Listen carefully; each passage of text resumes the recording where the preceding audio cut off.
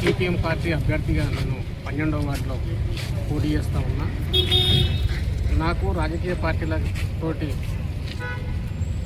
అందరూ కూడా రాజకీయ పార్టీల నాయకులందరూ కూడా పార్టీలకు అతీతంగా ముందుకొచ్చి ఆర్థికంగా సహకరిస్తూ ఓట్లేసి గెలిపించే దాంట్లో వాళ్ళందరూ కూడా ప్రయత్నం చేస్తూ ఉన్నారు.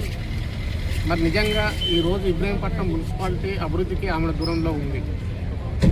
ఈ పోటీ చేస్తున్నటువంటి అభ్యర్థులకి ఏ ఒక్కరి కూడా ప్రణాళిక అంటూ లేదు, ఏ ఒక్క పార్టీ కూడా ప్రణాళిక అంటూ లేదు. సిపిఎం పార్టీకి సమగ్రమైనటువంటి ప్రణాళిక ఇబ్రహీంపట్నం మున్సిపాలిటీ మీద ఉంది. ఇబ్రహీంపట్నం మున్సిపాలిటీలో సుమారు 560 మందికి ఇళ్ల స్థలాలు లేనటువంటి పరిస్థితి ఉంది.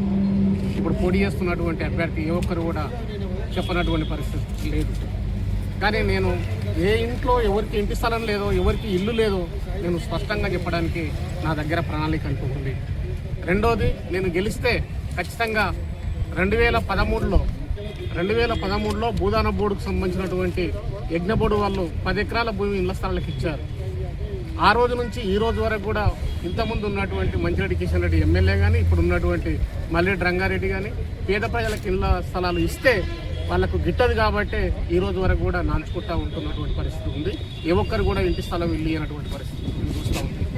అందుకని ఖచ్చితంగా ఇళ్ల స్థలాలు వచ్చే వరకు నేను ఆ పూర్వంలో ఉండి ఖచ్చితంగా ప్రయత్నం చేయడానికి కృషి చేస్తాను. రెండోది, రోడ్లు, డ్రైనేజీ, విద్యుత్ వీధి లైట్లకు సంబంధించింది ఎక్కడ కూడా లేనటువంటి పరిస్థితి. గ్రామీణ ప్రాంతాల కంటే ఇబ్రహీంపట్నం అధ్వానంగా ఉంది. అందుకనే నాకు సమగ్రమైనటువంటి అవగాహన ఉంది, సమగ్రమైనటువంటి ప్రణాళిక ఉంది. అందుకనే సుత్తికొడవలి నక్షత్రం గుర్తు మీద ఓటేస్తే నేను మరింత అభివృద్ధి చేయడానికి నేను ముందుంటానని ఓటర్ మహాశయులందరికీ కూడా విజ్ఞప్తి.